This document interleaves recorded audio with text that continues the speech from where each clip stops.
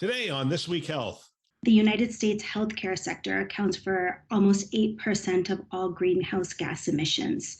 There's a variety of ways that health systems can improve their sustainability. One is by reducing waste. One is by reducing carbon dioxide emissions. And so that's one way that we can utilize informatics to reduce greenhouse gas emissions in the US.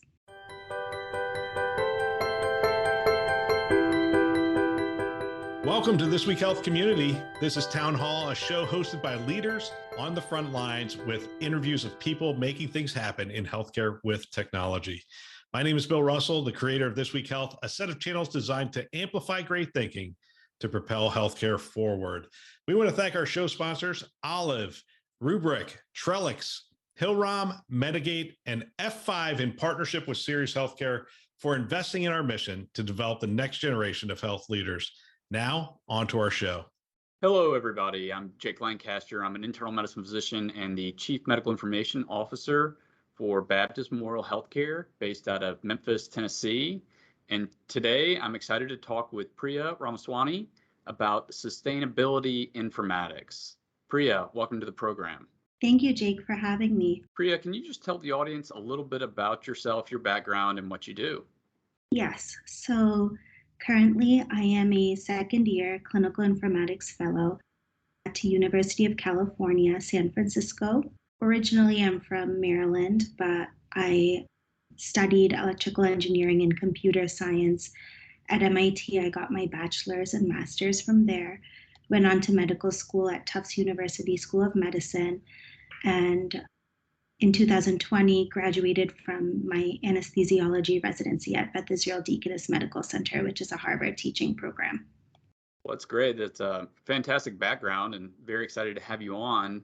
So I'm fairly new to sustainability informatics, and by new means, this is one of the first times I've been hearing about it. So can you tell me just what it is we're talking about?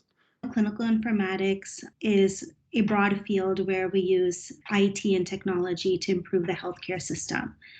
And one way we can use informatics is in helping health systems improve their sustainability efforts. Given that informaticians have expertise in the EHR, in clinical decision support, in data science, there's many angles where we can help health systems improve sustainability measures with using technology and data science as a focus. And when you say improve sustainability efforts, what sort of efforts are we talking about? What sort of things are we measuring? Right. So there's a variety of ways that health systems can improve their sustainability. One is by reducing waste. One is by reducing carbon dioxide emissions. And so those are some ways that we can help with sustainability. The United States healthcare sector accounts for almost 8% of all greenhouse gas emissions. And so that's one way that we can utilize informatics to reduce greenhouse gas emissions in the US. Okay, so this is fascinating. I was also in a meeting recently where it was announced that the United States is going to start requiring hospitals to report on their CO2 emissions, I believe, along with other industries. But so it sounds like this movement that you're a part of is going to help kind of drive some of that effort.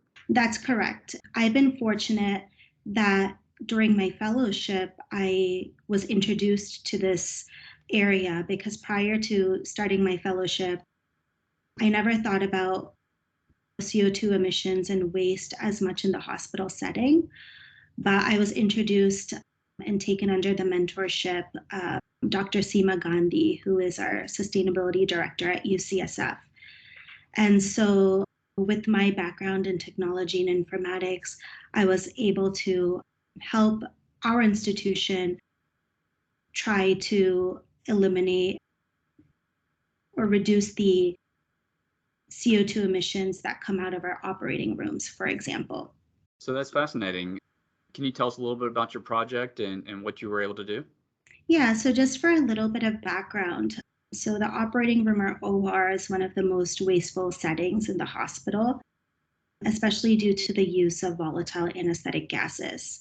So anesthesia providers use volatile anesthetic gases for their ease of use in anesthesia and putting the patient under anesthesia, their speed of onset and safety. However, the commonly used volatile anesthetic gases, namely sevoflurane, isoflurane, and desflurane, have global warming potentials that are more than 300 to 3,000 times greater than carbon dioxide in a 20-year time horizon. So there was a clinical decision support tool done at UCSF in 2018 that reminded anesthesiologists to reduce fresh gas flow rates, which is the carrier for these anesthetic gases during surgery. So it would remind clinicians to reduce their rates of fresh gas flows during the maintenance phase of anesthesia. And so during my fellowship at UCSF, I was appointed the technical lead to then expand this clinical decision support tool across all of the UCs, namely UC Davis, UC Irvine, UCLA, and UC San Diego. Okay. So you have these anesthetic gases that are used while the patient's in surgery, and these gases are what's putting the patient to sleep. Is that correct? Yes, so it helps have the patient under general anesthesia during the case. We use other agents often to induce the patient, usually IV medications, but generally these gases are what, for a majority of cases, are what keeps the patient under the maintenance of anesthesia. Okay. And so why would a anesthesiologist keep a patient at a higher flow rate for those gases? What would be is there any harm, I guess, to reducing that flow rate? So yes, so historically, anesthesia providers did avoid using low fresh gas flow rates, namely due to safety concerns. In the past, we used older types of CO2 absorbents in our machines, and some of these anesthetic gases would develop a byproduct that did have some theoretical and actual safety concerns for patients.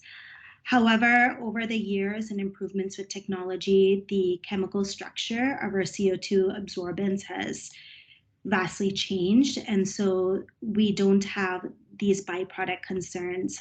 They're no longer a concern.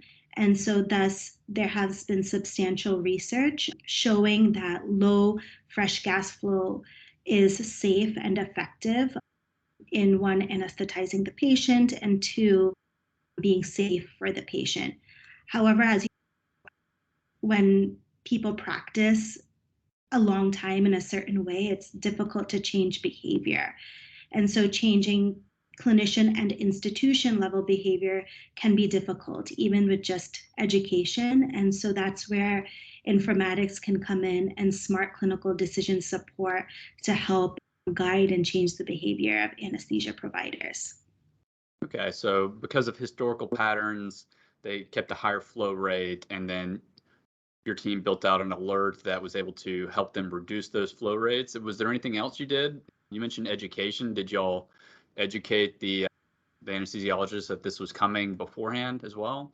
Right. So prior to my arrival at UCSF in 2018, this CDS was developed in our Epic software and launched and validated also. And so at that point, there were several education sessions and grand rounds discussing the aspects of low flow anesthesia and why this is sustainable for the health system and improves the environment too. But now at UCSF, right now, we run the lowest fresh gas flow rate in the country at 0.7 liters per minute. When you ask other institutions across the country, oftentimes they run their fresh gas flow rates much higher. So for example, where I trained residency for sevoflurane, we always ran our fresh gas flow rates at above 2 liters or above per minute, even though we have modern CO2 absorbers during the time that I was there in residency. And so we had this tool that was validated and effective at UCSF.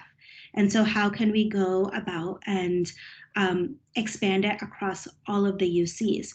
And so, yes, education was a big factor, but also gaining stakeholder buy-in and gaining physician champions and informatics champions at each of these institutions. And how we went about doing this was starting in the beginning of 2021, developing a multi-center team sponsored by the University of California Office of the President to, one, educate the champions at each of these institutions who are already very passionate about sustainability efforts. And then through a series of meetings, educate them on how we developed our clinical decision support tool, and then helped them figure out how they can also launch a similar clinical decision support tool at each of their institutions. That's great. So it sounds like you were able to make a lot of, or make a big dent in the problem of these admissions. Can you share some of the data? What were some of your outcomes? Right. So at UCSF, there was a study that's to come out by Andrea Olmos and Seema Gandhi et al., who validated our fresh gas flow BPA, or best practice advisory. That's the Epic lingo for this clinical decision support tool. And they validated this study and showed significant reductions in the amount of sevoflurane, for example, used within the operating rooms. I think they were able to show more than $150,000 in savings over their study period of a year due to the reduction of sevoflurane. And in addition, a substantial reduction in CO2 emissions. At UCSF, for example, we used a non-interruptive active clinical decision support alert. So non-interruptive meaning there would be a signal that would alert the clinician in the anesthesia information management system. For us, it's Epic on the sidebar, but not disrupt other workflows in Epic if, for example, there was a patient emergency. And it was an active CDS because it was running every minute during the case. So one of the challenges, especially when we were working with other UCs, was how do you integrate hardware and bring in these signals into the software? Some of these data points, for example, were not always being collected before. And so we were thankfully and successfully able to educate and train the informaticians and engineers at the other institutions in order to make it so that they can build similar clinical decision support tools in their operating rooms. So you mentioned the cost reduction, which is fantastic. Were there any countermeasures that y'all looked at to make sure that the alert or the reduction in flow wasn't causing harm? Yes, number one, safety of the patient is our number one priority. And so some measures we took were that we didn't allow the alert to fire until procedure start happened. And so at our institution, procedure start is like the actual surgical start of the patient, where the surgeons do the timeout and the first incision is made.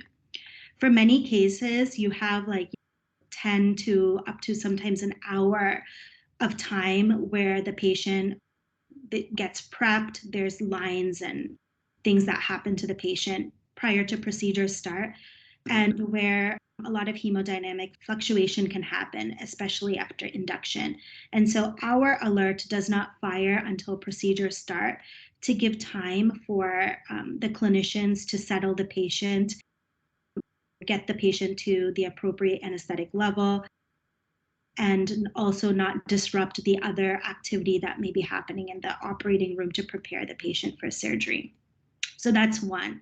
And then two, our alert can be snoozed. So in case there's something happening in the operating room which does require higher flow rates or hemodynamic instability, you can either turn off the BPA or snooze the BPA.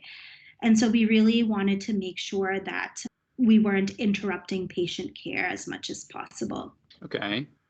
And so you mentioned taking it from UCSF and trying to move it to other institutions within the UCs.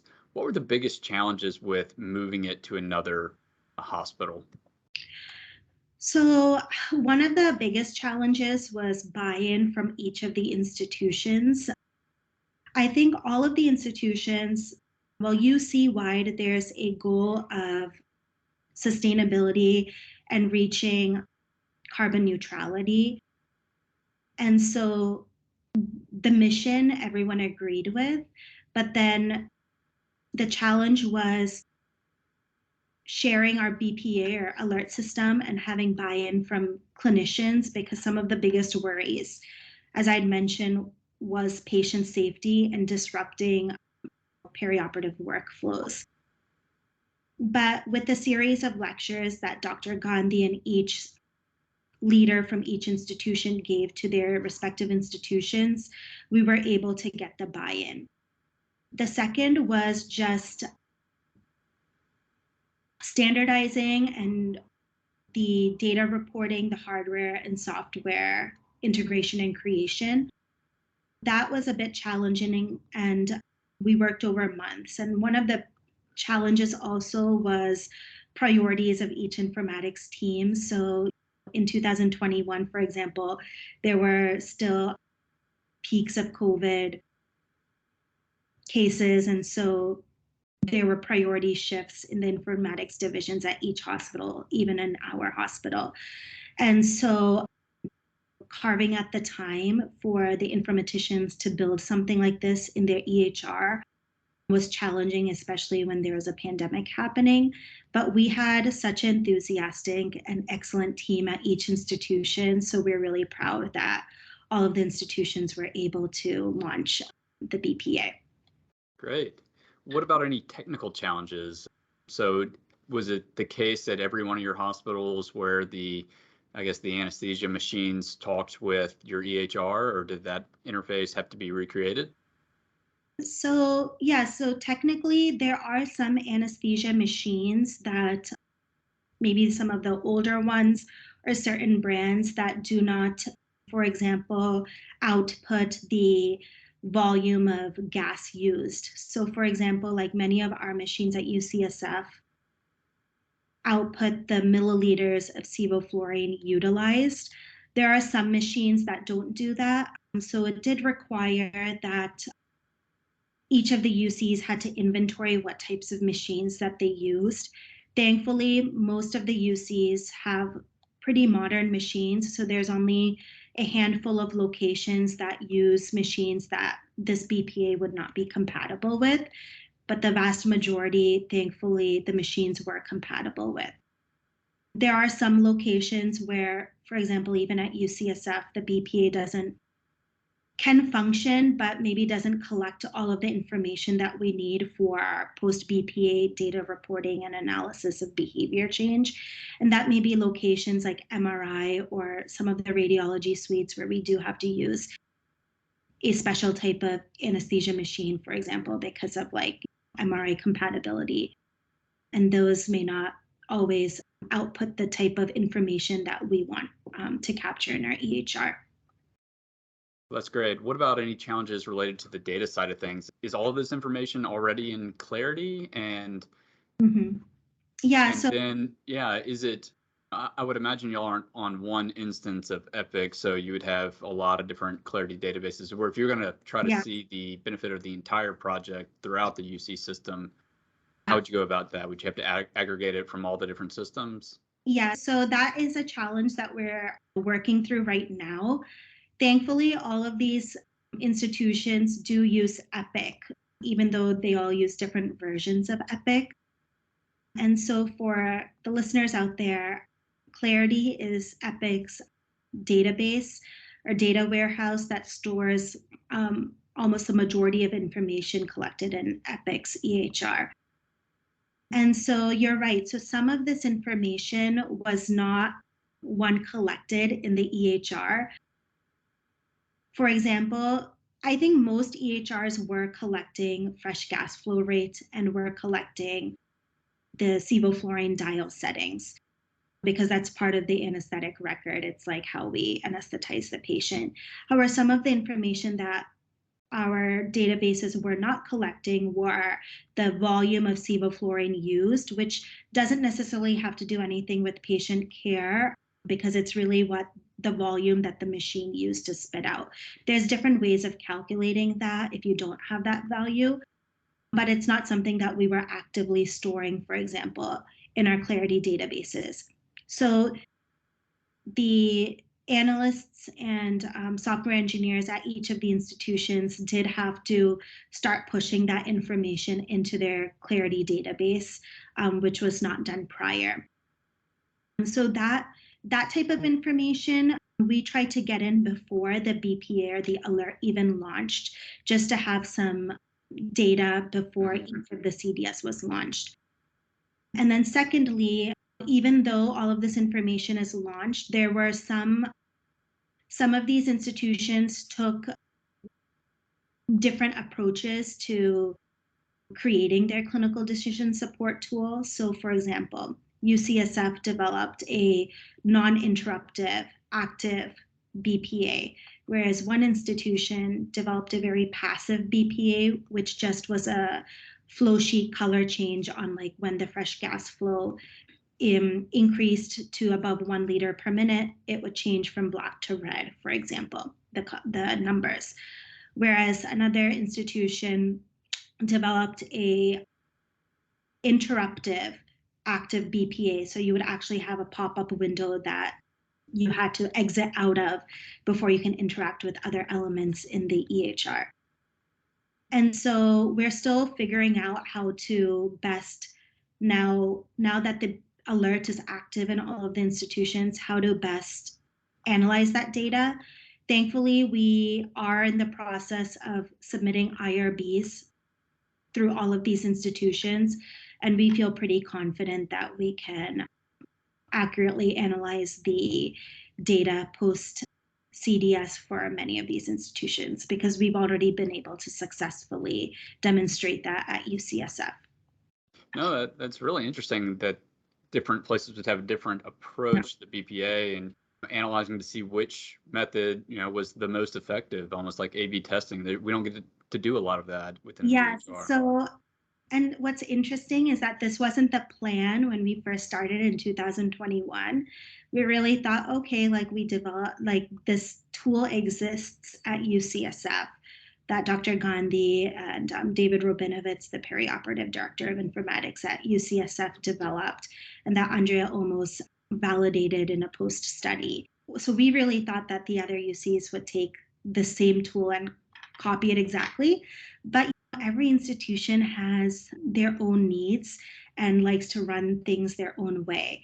And so by coincidence, different institutions decided to do slightly different approaches in how the alert would be shown to the clinician. Most of the institutions still use the same rules in firing. However, how it appears to the clinician is different. So this is, from an informatics standpoint, very interesting. We're excited to study how these variations in CDS alert appearance can affect clinician behavior and modifying change of reducing fresh gas flow rate. No, that's fascinating, and I think your project's fascinating. It's certainly an area of waste that I had never thought of. Is there anything else that y'all are working on in the future as far as waste reduction sustainability goes? Well, one project that I'm completing from this past year, so every year the anesthesia department, along with many departments at UCSF, have a department-wide quality improvement project that is resident-led. And being the clinical informaticist fellow for the department, I was in charge of helping guide the residents in their project. And so given this passion about improving the sustainability of our healthcare system, the team decided to reduce like waste in the operating rooms.